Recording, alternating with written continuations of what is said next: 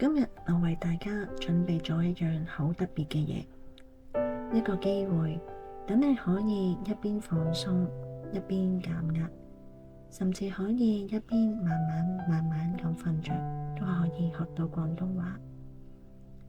冇壓力嘅，冇筆記嘅，淨係平靜舒服咁聽就可以㗎喇。我會好慢咁同你講故仔，係一啲關於動物嘅故仔。你可以好自然咁聽，慢慢咁學新嘅 vocab 或者係一啲 expression， 同時可以聽下咁多位森林嘅小動物發生咗啲乜嘢故事。你唔需要太專心，唔使用力咁去記，你只要將呢啲句子慢慢輕咁流過你嘅耳邊，可能你會聽到一個或者兩個字，或者係一句說話，你覺得特別啱聽，記咗落心，又或者你淨係享受故事本身，咁都好好。無論係點，都係最溫柔、最放鬆嘅學習方式。所以揾個最舒服嘅位置坐低或者瞓低，你仲可以合埋對眼，等自己慢慢咁飄入故事入面，同自己講，你只係需要聽放鬆就得啦。好啦，我哋開始啦。喺一個好靜嘅森林入面，住咗4個超級好嘅好朋友：狐狸、狸貓、熊貓同埋浣熊。佢哋4個日一齊玩，一齊笑，感情好到不得了。有一日，森林裏面1年1度最盛大嘅慶典又嚟啦。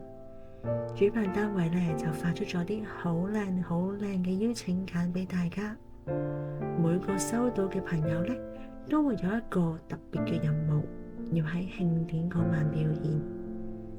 但係呢就出咗少少問題，主辦單位唔小心搞亂咗啊！狸貓嘅卡呢就俾咗熊貓，熊貓嘅卡就俾咗狐狸，狐狸嘅卡俾咗浣熊，浣熊嘅卡就去咗狸貓手上，全部調亂晒啊！4個朋友仔收到邀請柬，睇到自己嘅任務嗰陣，全部都呆咗1秒，然後笑咗出嚟，因為狸貓嘅收到嘅任務呢係跳一段優雅嘅舞。但係呢個明明係熊貓最耍家噶喎。熊貓收到嘅任務係整一個超正嘅蜂蜜蛋糕。come on， 呢個係狐狸嘅範疇嚟噶噃。狐狸收到嘅任務係呢，講一場關於星空嘅演講。但明明係浣熊慢夜望星空噶噃。浣熊收到嘅任務係表演雜技，雜技係狸貓嘅絕技啊！咁4個好朋友咧就笑到碌地，笑完之後就開始互相交換翻啱嘅卡俾對方。但係佢哋突然間停咗一停，諗咗一諗，然後4個同時眼仔碌碌咁望住對方，講出以下呢一句說話：不如我哋試下接受呢個挑戰啦，學新嘢，互相教，好唔好啊？就係咁，4個好朋友開始咗一段好開心、好哈碌又好搞笑嘅互相學習大行動。狸貓就教浣熊點樣企得穩、翻得靚，浣熊成日碌落嚟，大家笑到喊。熊貓就教狐狸點樣控制火候整蛋糕。狐狸第一次整到成個廚房都係蜜糖啊！狐狸呢就教熊貓點樣用最舒服嘅語氣講故事。熊貓講到一半太興奮啦，自己喊咗出嚟。浣熊教狸貓點樣望星空先會有最多靈感。狸貓成日望住就瞓着咗啦。日日都係笑聲同埋睇住大家一步一步咁樣進步。終於去到慶典嗰一晚，森林入面嘅動物全部坐定定，燈光亮起，音樂響起，然後佢哋見到狸貓輕輕盈盈咁跳舞，步伐柔軟又優雅。熊貓認真又可愛咁端出一個香噴噴、金燦燦嘅蜂蜜蛋糕。狐狸企喺度，用好溫柔、好夢幻嘅聲線講緊星空嘅秘密同埋故事。浣熊呢喺高高嘅木架上面又翻又跳，驚險又精彩，全部動物都震驚，然後爆出好熱烈、好開心嘅掌聲同埋歡呼聲。嗰一晚，森林入面充滿咗笑聲、掌聲、甜甜嘅蛋糕香，仲有滿天星星閃閃發光。而最重要嘅係，大家見證咗，原來友誼唔單止係互相欣賞對方最叻嘅地方，仲可以一齊變得更加好，一齊成長，一齊試新嘢。由嗰日開始，狐狸、狸貓、熊貓、浣熊，再冇人會搞亂佢哋個名啦，因為大家都記得呢4個朋友係會一齊笑、一齊跌、一齊企返起身，再一齊閃閃發光嘅好朋友。而家嘅森林好靜好靜，只係聽到樹葉輕輕嘅沙沙聲，遠處蟲蟲細細聲咁唱歌。月光好溫柔咁照住每一個瞓着嘅小動物，你而家都可以好放鬆，輕輕咁合埋對眼，深呼吸，感覺自己好似同呢4位好朋友一齊坐喺軟綿綿嘅草地上面，望住滿天嘅星星，好舒服，好安心。跟住落嚟就係豆豆嘅故事啦。喺一個好安靜嘅森林入面，住咗一隻細細粒嘅兔仔，佢叫做豆豆。豆豆呢有對好長好長嘅耳仔，一身白雪雪嘅毛，仲有一對好強勁嘅後腿。不過呢，你知唔知啊？豆豆其實一啲都唔鍾意自己啊！佢望住天上面飛嚟飛去嘅雀仔，就嘆一口氣：哎呀，如果我可以飛上天，咁會幾開心呢？做兔仔真係好悶啊，淨係識得跳嚟跳去咋。跟住佢又去望住池塘入面游嚟游去嘅魚仔，心諗：如果我識得游水，喺水入面涼浸浸咁吐泡泡，嗰陣時先叫做正啊！做兔仔好無聊啊！日日夜夜，豆豆都係咁樣怨天怨地，希望自己可以變成其他動物。有一晚，月亮升到好高好高，豆豆又喺度細細聲嘆氣啦。突然之間，一陣好溫柔嘅藍色光包住咗豆豆，一位着住月光紗裙嘅森林仙子靜靜地出現咗。仙子嘅聲好似最輕最軟嘅搖籃曲咁樣。豆豆，我聽到你嘅嘆氣聲啊，你係唔係唔開心啊？豆豆即刻嚇到碌大咗隻眼。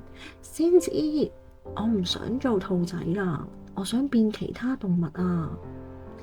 仙子好溫柔咁笑咗一笑，佢就話啦：真係？好啊，我可以幫你實現願望。你想變啲乜嘢啊？豆豆即刻興奮到跳起，佢就話啦：我想變雀仔，我要飛上天。好啊，如你所願啦。仙子輕輕咁揮一揮佢嘅魔法棒，灑咗一啲閃閃發光嘅星塵喺兔仔身上面。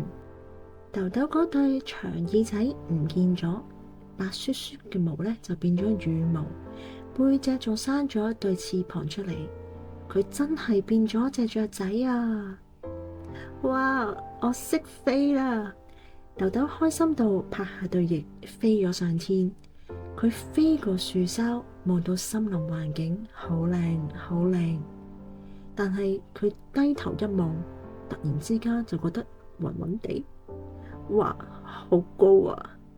然後一陣風吹埋嚟，豆豆喺半空中搖搖擺擺，差啲跌咗落街。救命啦！我驚高啊！我唔想做雀仔啦！佢慌慌張張咁飛返落地面，匿咗喺草叢入面，成個人震晒。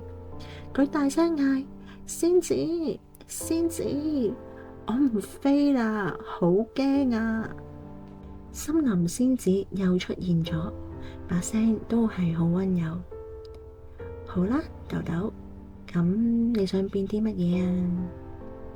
豆豆諗咗一諗，我唔想喺咁高嘅地方，我要去水入面，我要變魚仔。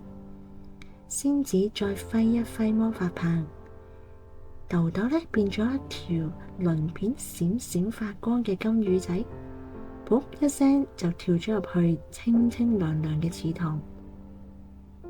水入面呢好涼爽，佢好開心咁吐泡泡，喺水草之間捐嚟捐去。只係過咗一陣，豆豆又覺得有啲唔對路咯。佢唔可以游上草地上面曬太陽，又聞唔到花香，只係可以喺細細地嘅池塘入面游嚟游去。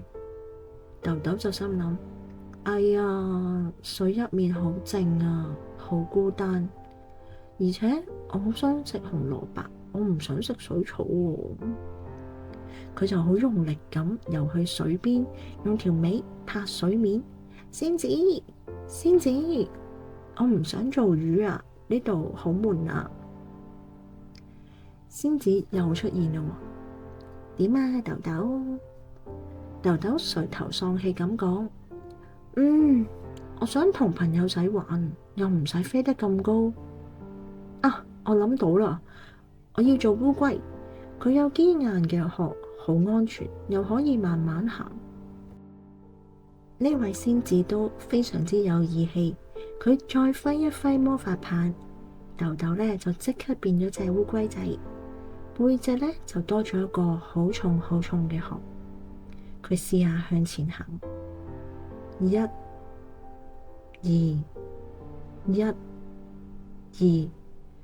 二，好慢啊！佢見到以前嘅兔仔朋友喺草地上面跳上跳落，跑嚟跑去，玩得好開心。佢都好想加入，但係佢只可以一步一步咁慢慢爬，爬咗好耐，啲朋友仔已經走晒啦。豆豆又嘆氣，呢個殼好重，壓到我好攰。如果有危險，我淨係可以縮返入個殼入面，連跳都跳唔開。佢用盡力咁大聲嗌：仙子，我錯啦，我唔想做烏龜啊！森林仙子第三次出現，佢望住豆豆，冇發嬲，只係好溫柔咁樣問：豆豆，你試過飛，試過游水，又試過孭住咁重嘅殼，咁你而家到底想變做啲乜嘢啊？豆豆耷低頭，細細聲咁講：仙子，我唔想做雀仔，因為我驚高；我唔想做魚仔，因為水入面太孤單；我唔想做烏龜，因為爬得太慢啦。我可唔可以做返自己啊？仙子問：點解呀？豆豆就話啦：因為我而家先知，雖然我唔識飛，但係我嘅長耳仔可以聽到好遠好遠嘅聲音，連媽媽叫我返屋企食飯都聽得到。雖然我唔識游水，但係我嘅長腳可以跳得好快。同朋友玩遊戲嘅時候，邊個都追唔到我。我仲有暖粒粒嘅白色毛，可以攣喺媽媽身邊。仙子笑得好溫柔，冇錯啊，你講得啱啊，豆豆。佢最後一次揮動魔法棒，豆豆又變返隻兔仔啦。佢摸下自己熟悉嘅耳仔，搖一搖條尾，喺草地上面跳咗兩下。豆豆開心到笑晒，哇！原來都係做兔仔最舒服。佢轉個頭想多謝仙子，但係仙子已經靜靜地唔見咗啦。豆豆就返咗佢暖粒粒嘅樹窿入面，捐入被竇。啊，佢好攰啦已經。佢心諗，原來做返隻兔仔係最適合我嘅。好快好快，兔仔豆豆就攬住佢最鍾意嘅公仔，瞓着咗啦。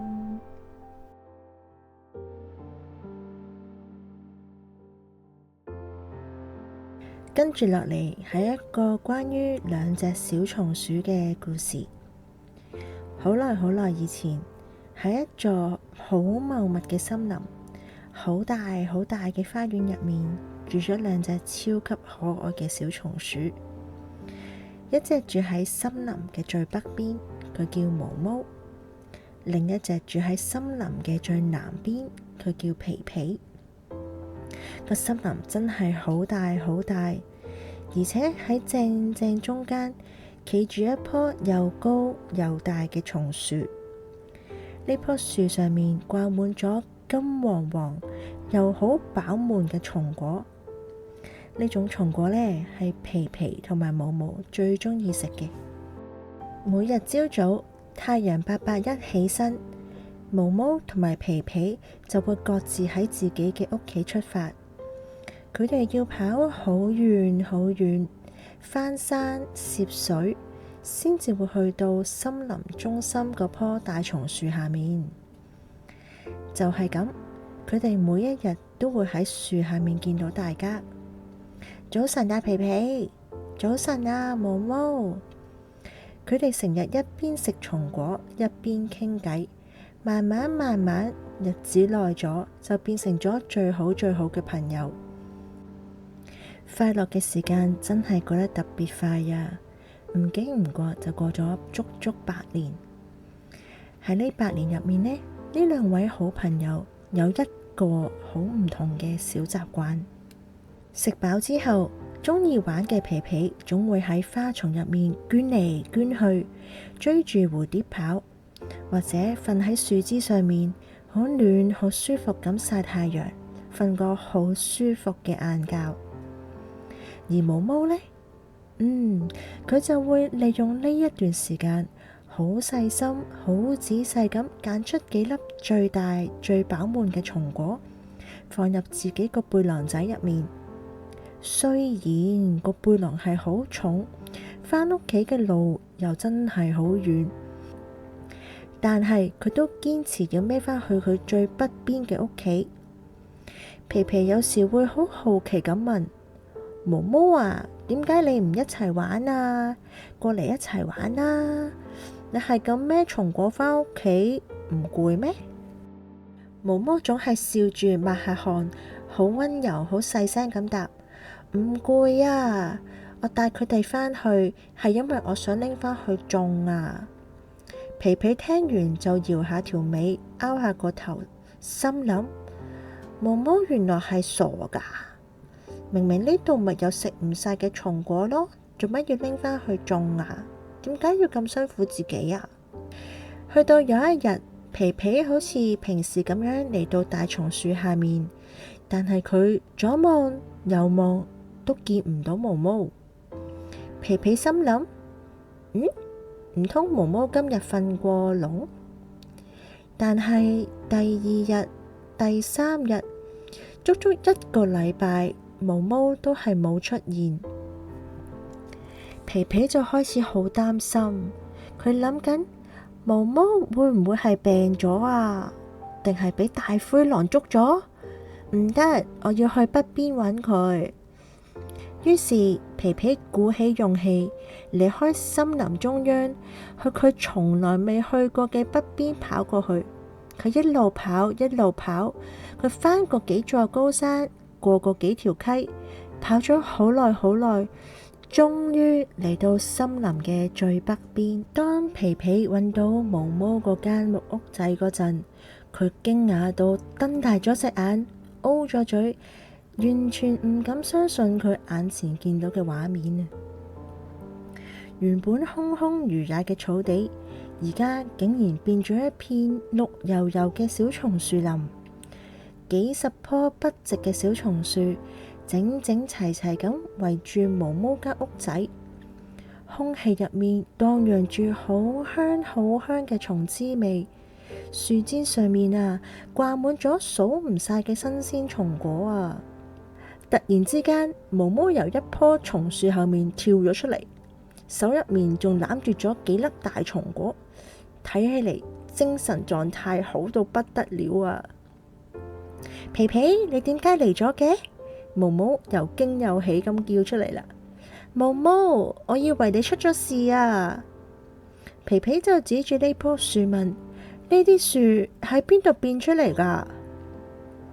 毛毛呢就拉住皮皮坐喺一棵大樹下面。呢8年嚟，我每日都會帶幾粒松果返嚟，我拎咗返嚟呢，就會將佢哋擺喺泥土入面。一年又一年，佢哋嘅種子發芽長高，過咗8年，佢就由當初嘅小種子變成而家嘅大樹啦。所以呢，我而家唔使日日跑去森林中央咁遠啊，只要推開門就有嘢食噶啦。皮皮望住呢一片結滿松果嘅私家小森林，諗起自己呢8年嚟淨係顧住玩，心裏面真係好佩服毛毛，亦都好羨慕毛毛啊！佢就講啦，原來每日做多少少，8年之後竟然有咁嘅成績，我真係唔知道啊！毛毛遞咗一粒大松果俾皮皮，好溫柔咁講：而家開始都唔遲噶，今晚你就留喺呢度，我哋一齊開個松果 party， 好唔好？嗰一晚呢，2位小松鼠都覺得好開心，特別係皮皮啊，佢心裏面真係非常之難忘。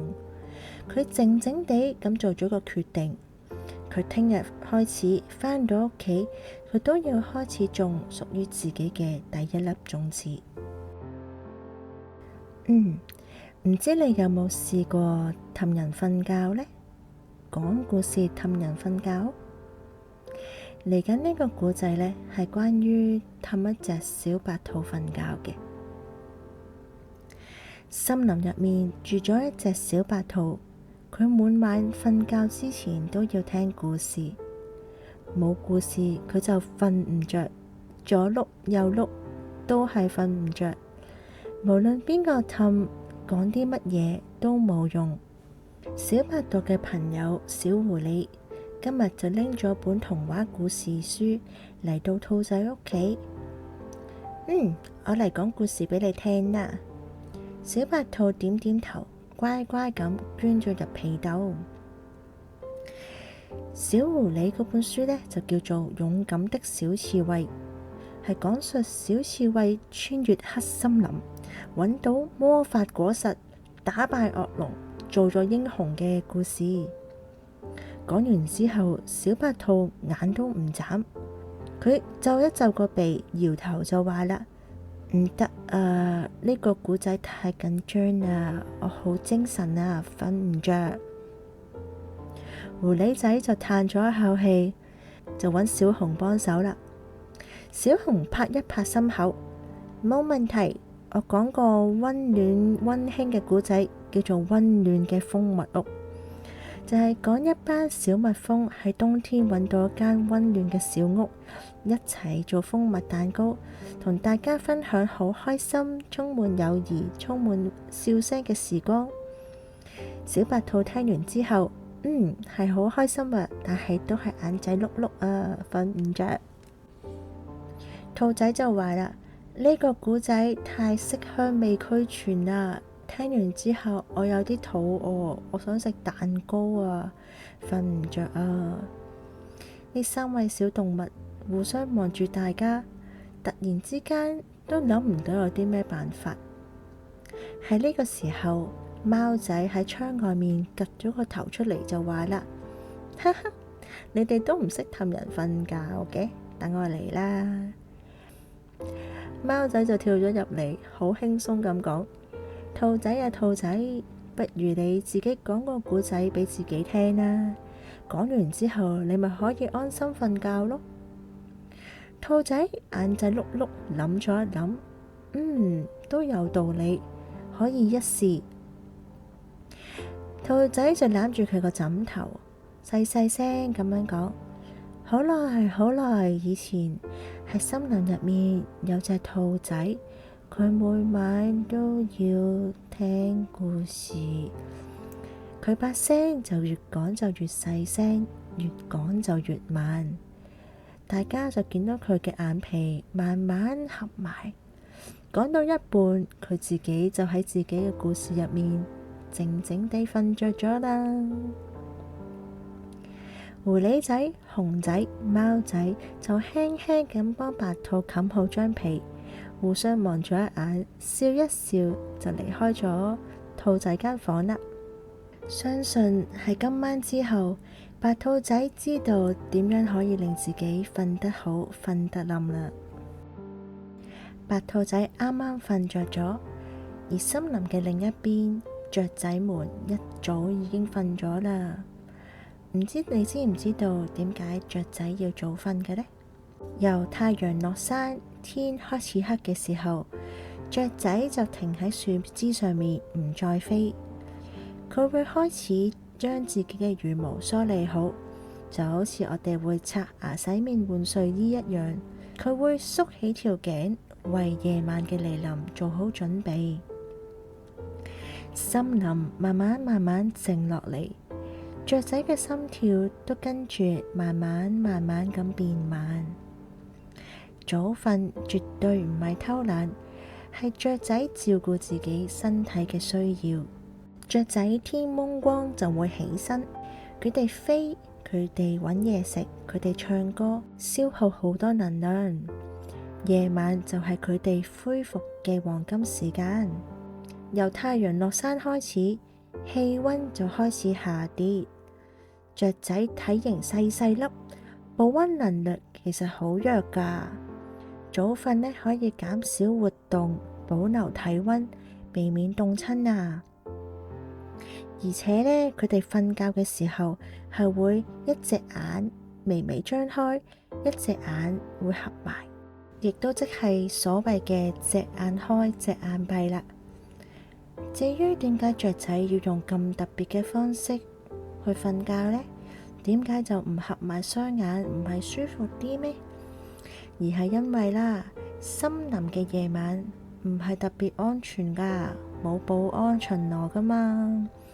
有好多獵食者呢喺夜晚度行動噶，所以雀仔呢就會喺夜晚嘅時候匿埋，而係佢哋揾啲咩地方匿埋都係好重要噶喎。嗰個地方唔單止需要擋風，最重要嘅係要隱蔽，咁佢哋就唔會被發現啦。早瞓仲幫雀仔維持佢哋嘅生物時鐘，固定嘅時間休息，第二朝早呢就會更加容易起身，搶先搵到蟲仔同埋果實。如果捱夜呢，第二朝分分鐘會飛得好慢，反應就唔夠快，會太遲鈍，容易錯過食物，甚至可能會遇到襲擊噶。所以呢，簡單嚟講，早瞓係令雀仔更加有活力，更加健康。呢啲睇落去好似好簡單嘅習慣，其實係生存嘅智慧嚟噶。夜晚係佢哋充電嘅時間，而朝早就係佢哋重新擁抱天空嘅時刻啦。我哋啱啱講完雀仔嘅生活習慣，唔知你知唔知企鵝仔算唔算係雀仔呢？喺遙遠嘅冰雪大陸，有隻企鵝同其他同伴好唔同。佢成日抬頭望天，對風雲嘅變化充滿住好奇，好似心裏面有把聲喺度問：點解今日係晴天，聽日又會落雪嘅呢？當其他企鵝忙住捉魚玩水，佢就抱住一塊小石板，好認真咁畫天空嘅顏色同埋雲層嘅形狀。石板上面刻滿咗佢自己發明嘅符號，好似一首只有佢自己先至明嘅詩。其他企鵝仔成日笑佢，我哋企鵝嚟㗎，企鵝識得游水，識得捉魚就得㗎啦，邊個會理天上面嘅雲㗎？但係呢，佢從來都唔會在意，唔會擺喺心入面。每日風起雲湧嘅時候，佢都堅持記錄。當厚雲喺遠方飄嚟嘅時候，佢會好興奮咁畫符號，預測會唔會落雪呢？雖然佢有好多時候都係錯嘅，但係佢一啲都冇灰心，反而會更加認真。佢用魚骨頭同埋貝殼整咗個細細嘅風向標，插咗喺雪地上面。當風一吹，個標就會轉動。佢即刻呢就會喺石板上面寫低佢嘅感受，好似同風，好似同雲做緊秘密對話咁樣。慢慢佢發現，如果風喺海上面吹過嚟，咁就總係會帶住厚厚嘅烏雲。如果啲風喺冰山方向吹嚟嘅話呢，天氣就會晴朗。呢個發現啊，令佢心跳加速，手心冒汗，好似發現咗宇宙嘅秘密咁樣啊！有一日，個天突然間黑晒，佢衝出去同其他同伴大聲嗌：各位，今日可能會有暴風雪啊！但係呢，大部分嘅企鵝仔都唔信，依然出海捉魚。結果暴風雪真係嚟咗啊！佢哋被吹到東歪西倒，差啲蕩失路。好彩佢哋及時返到屋企，先冇事咋。從嗰一日開始，大家就發現啊，原來佢嘅預測都有啲參考價值，都可能係啱㗎噃。出海之前呢，大家都會嚟問佢今日嘅天氣會係點啊。雖然佢都係有啲怕醜，都未係100% 準，但係呢，心裏面都好驕傲。佢嘅石板刻滿住好多唔同嘅符號，佢開始幻想，可能有一日佢會出一本企鵝天氣書，用彩色嘅貝殼同埋水草砌圖案，晴天、陰天、暴風雪都寫得清清楚楚。仲有企鵝仔開始圍住佢學添啊，一齊擔天望地，一齊感受風，一齊感受雪。夜晚，今日星光閃閃，企鵝就望住個天，微微笑。佢知道佢揾到自己真正嘅使命，原來有能力保護大家係咁開心㗎。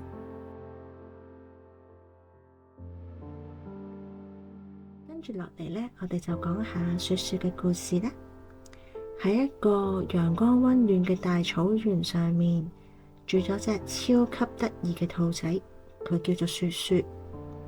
雪雪呢，有一身白雪雪、軟綿綿嘅毛，兩隻長長嘅耳仔，仲有一對閃閃發光，好似紅寶石咁靚嘅眼睛，真係人見人愛啊！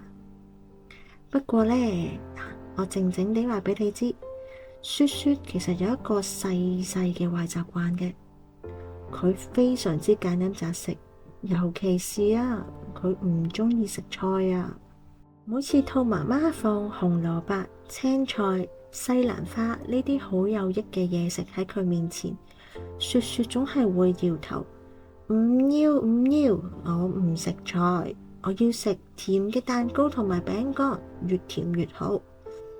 兔媽媽總係會好溫柔咁勸佢：雪雪乖啦，食菜身體先會健康噶，先至會跑得快、跳得高啊！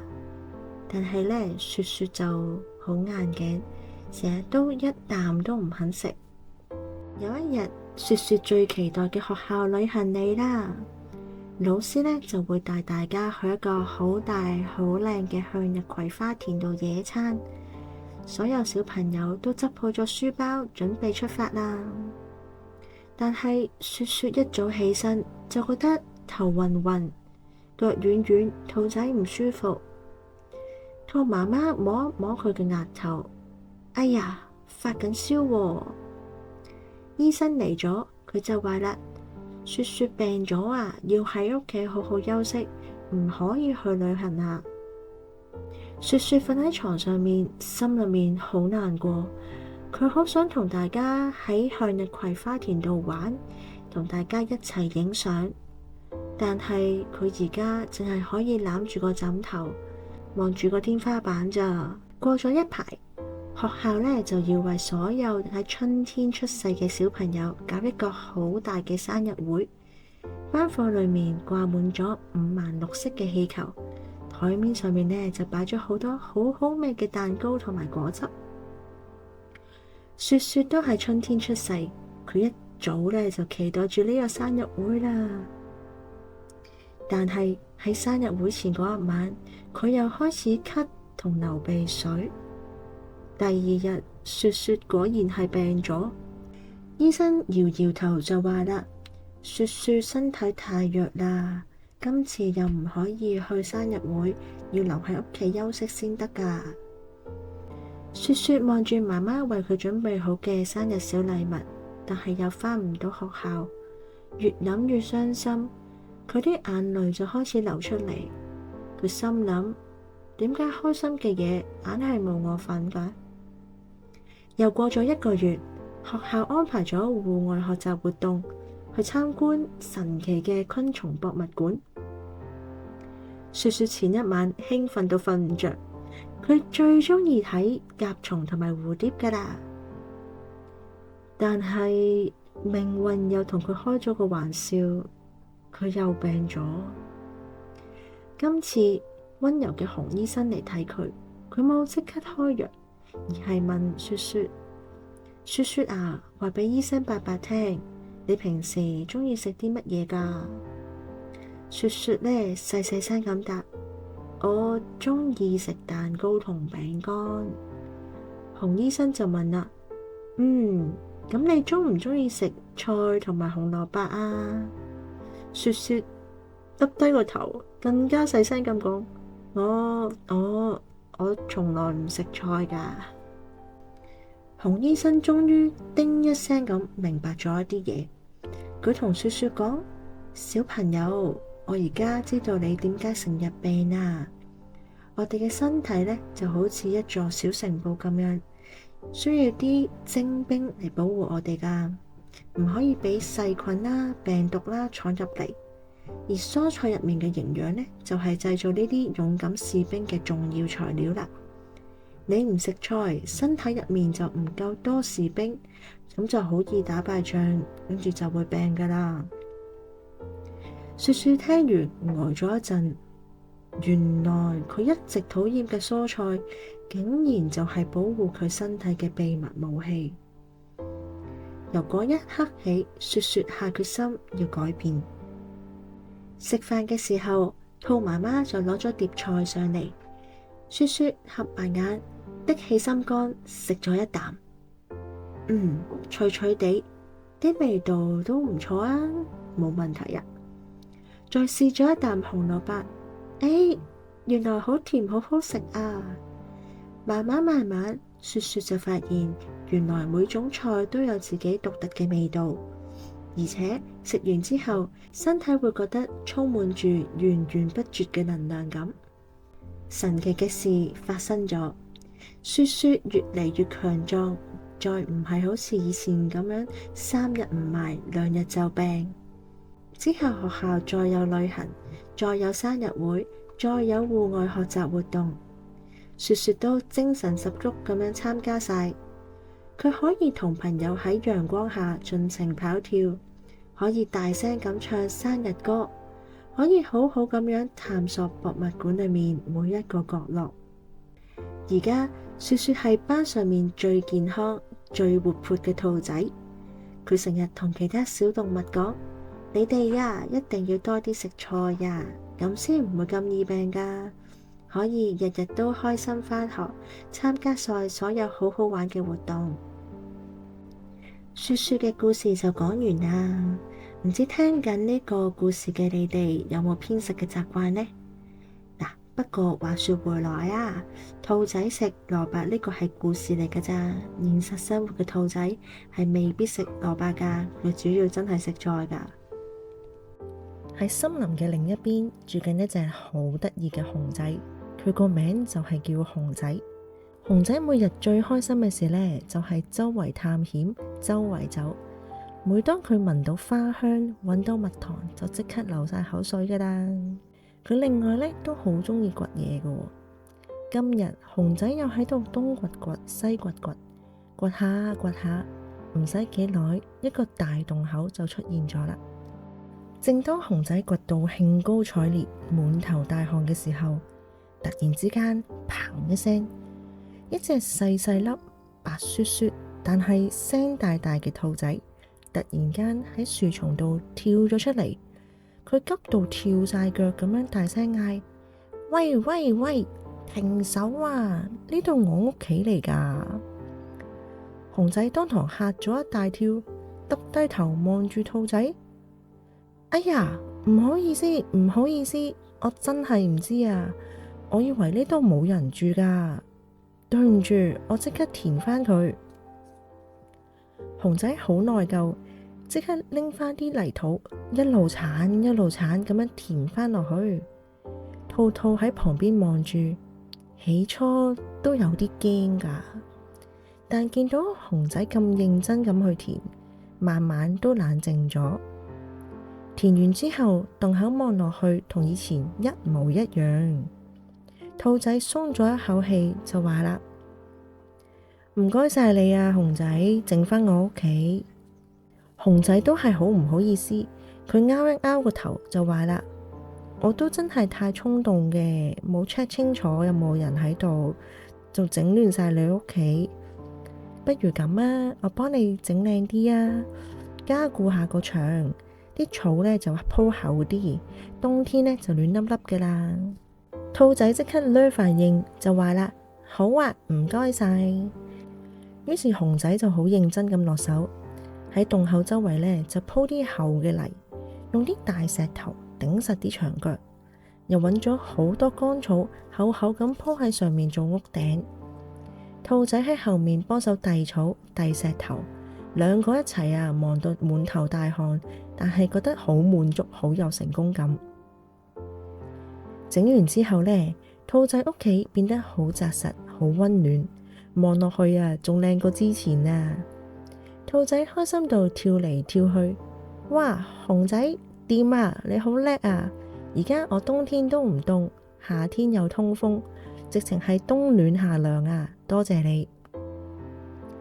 熊仔就笑到見牙唔見眼，唔使客氣啦，我先係要多謝你俾個機會我補救。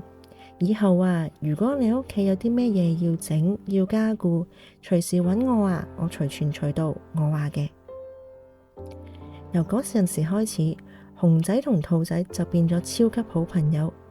兔仔呢，就成日邀請熊仔過嚟喺佢屋企門口個草地上面坐，兩個人一齊食飯睇星星。熊仔呢，又會分啲蜜糖俾兔仔試，咁當然啦，兔仔食得唔多蜜糖噶，但係分享下嗰種甜都開心嘅。佢哋傾偈會傾到好夜，講森林裏面每一個角落嘅小故事，今日發生咗啲乜嘢，傾得好開心。有一晚，兔仔就問熊仔話啦：熊仔啊，我發現你通常都係自己一個喺森林度跑嚟跑去，好似唔見有其他熊仔咁樣嘅。熊仔耷低個頭，細細聲咁講：係啊，雖然我嚟咗呢度都好耐啦，未見過有其他熊仔喺度噶。有時夜晚自己一個瞓，都會覺得寂寞噶。如果有熊同類同我一齊玩，一齊搵蜜糖，咁就好啦。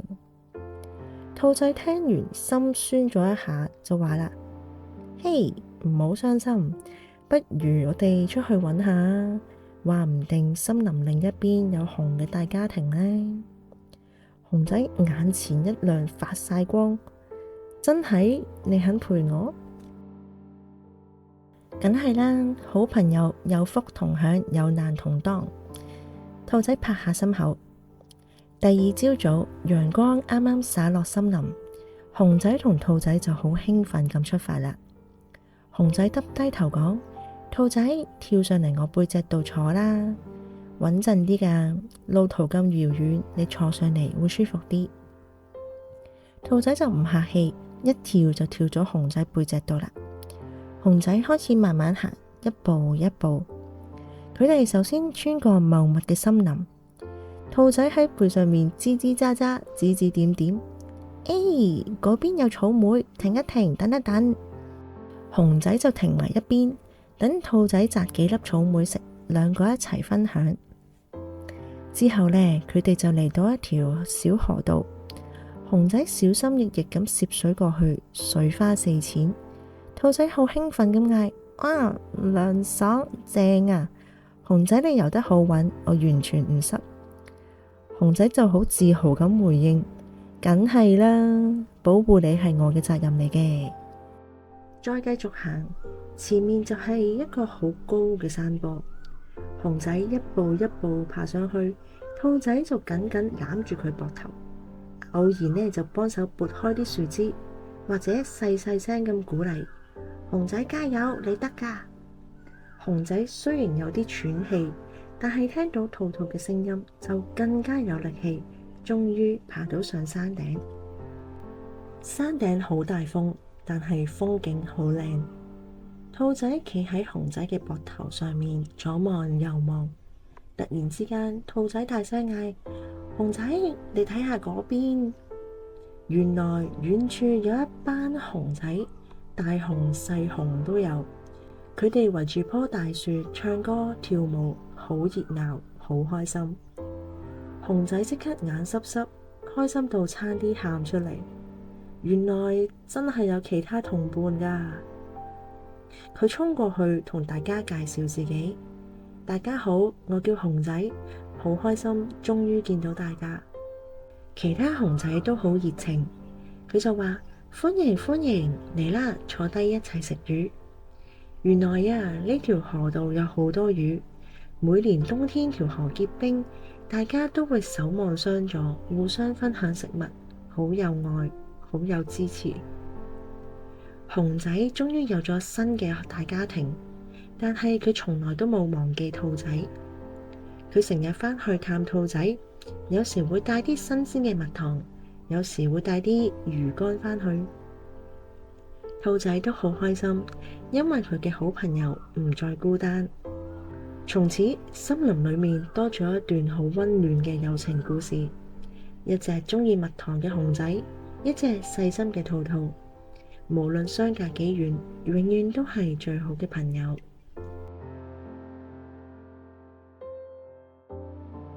喺森林嘅另一邊，有一個好寧靜嘅小村莊，住緊三個超級好嘅好朋友：豬仔、鴨仔同埋羊仔。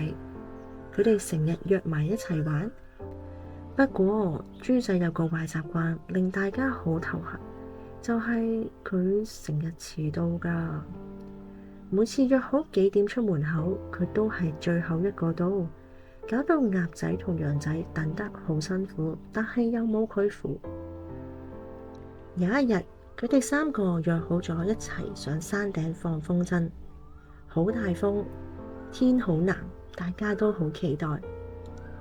豬仔出門口之前呢，就同細佬玩緊積木，搭到好高好高。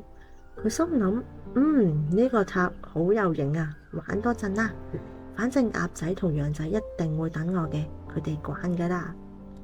玩下玩下，如是者咁就過咗1個鐘頭啦。豬仔放低積木，衝出門口，跑到山頂呢，已經係喘晒氣啦。鴨仔同羊仔就喺嗰度凍到縮埋一嚿，啲毛都吹到亂晒。鴨仔震騰騰咁講：豬仔，你終於嚟啦，我哋等咗好耐呀。羊仔啊，佢鼻哥凍到紅晒呀，細細聲咁講：好大風啊！豬仔呢就拗一拗個頭，傻笑：哎呀，唔好意思，我玩積木玩到過晒龍，哈哈哈哈！嚟啦，我哋去放風箏咯。過咗幾日，大家又約好咗去森林野餐。今次呢，大家帶晒三文治、果汁、薯片等等。朝早鬧鐘響，小豬翻咗個身，撳熄咗個鬧鐘，再縮返落個被竇度，心諗張床好暖，好舒服，俾多5分鐘我，5分鐘我會起身噶啦。5分鐘變咗2個鐘，豬仔先施施然爬起身，施施然行去森林。到咗嗰度呢，鴨仔同埋羊仔已經坐咗喺野餐墊上面，嘢食凍晒啦，肚仔餓到咕嚕咕嚕咁叫。鴨仔嘆氣：豬仔，你又遲到，我哋等你等得好辛苦啊。羊仔望住啲凍晒嘅嘢食，原本想一齊玩遊戲噶，而家唔使啦，冇心情。豬仔見到佢哋個樣，先至覺得有啲唔好意思。哦，對唔住啊，我瞓過籠啊，我哋即刻食嘢咯。但係冇人出聲，冇人應佢，氣氛就有啲尷尬。又過咗幾日，佢哋約好咗喺巴士站集合，一齊搭車去科學館玩。科學館呢就有好多好多得意嘅嘢睇。集合時間到，鴨仔同埋羊仔一早就企咗喺度等。豬仔呢，佢仲喺屋企睇緊卡通片啊，坐喺梳化度笑到碌晒地。豬媽媽望到個鐘就話啦：豬仔，你唔係約咗朋友去科學館咩？遲到啦！豬仔眼金金咁望住個電視就話：等我睇埋少少先，佢哋等陣 OK 嘅，冇問題噶。巴士站嗰邊，巴士嚟咗啦。鴨仔望住路口就話：豬仔又係未見人。羊仔就話：今次我哋唔可以再等落去啦，巴士要開走啦。鴨仔的起心肝就話啦：好，走啦，佢今次要自己負責啊。佢哋2個上咗巴士，巴士門啪一聲閂門，開車走咗。豬仔終於睇完卡通片，佢慢條斯理咁行去巴士站，發覺咦，一個人都冇嘅。鴨仔呢？羊仔呢？佢哋去咗邊啊？豬仔即刻攞起個電話打俾鴨仔，電話接通咗，鴨仔把聲就話啦：豬仔，我哋到咗科學館啦，對唔住啊，我哋今次唔想再等你啦，你嘅時間寶貴，我哋嘅時間都一樣咁寶貴啊。羊仔補咗句：希望你明白啦。豬仔聽完呆咗，佢終於明白，原來朋友唔係應該無條件無限期等你噶，佢哋都有自己嘅計劃同埋感受。由嗰一日開始，豬仔下定決心要痛改前非。佢每日臨瞓之前都準備好第2朝要着嘅衫同埋背囊，鬧鐘一響就即刻彈起身，唔再賴床。過咗幾日，佢哋約好咗出去玩。豬仔今次超級早起身，鬧鐘未響就醒咗，着衫拎背囊衝去約會地點。當鴨仔同埋羊仔到埗，見到豬仔已經企咗喺度啦。鴨仔碌大隻眼，哇！豬仔，你竟然早過我哋！羊仔開心到跳起，攬住豬仔，太好啦！我知你一定做到噶。豬仔就話啦：多謝你哋之前等我啊，而家我明白啦，以後我會準時，唔會再令你哋失望。從此之後，每次約會，豬仔都係第一個到。佢由遲到大王變成準時小隊長，3位小朋友一齊玩得更加開心。喺森林嘅另一個角落，有一隻蜜蜂叫做晴晴。佢呢望落去就圓碌碌，啲毛好厚好厚，同其他蜜蜂唔一樣。晴晴細個嗰陣，大家都會摸下佢個頭，話好得意啊。而家大個咗，其他蜜蜂就成日喺背後講佢壞話。哎呀，晴晴點解咁肥咁大隻嘅？佢應該減肥啦。佢食咁多嘢，做又做得少，唔似我哋咁勤力啊。每當晴晴聽到呢啲說話，就會扮勇敢，笑一笑就飛走。但返到屋企，佢就會熄咗盞燈，匿埋喺角落頭度流眼淚。點解嘅？點解我同其他人唔同嘅？點解大隻就係壞事啊？我有做錯嘢咩？眼淚一滴一滴咁流落嚟，好傷心。有一日，秋天啱啱開始，晴晴喺飯堂度排隊攞嘢食，前面兩隻蜜蜂又講：好心啦，好心晴晴唔好再食啦，佢食晒我哋啲蜜糖啊！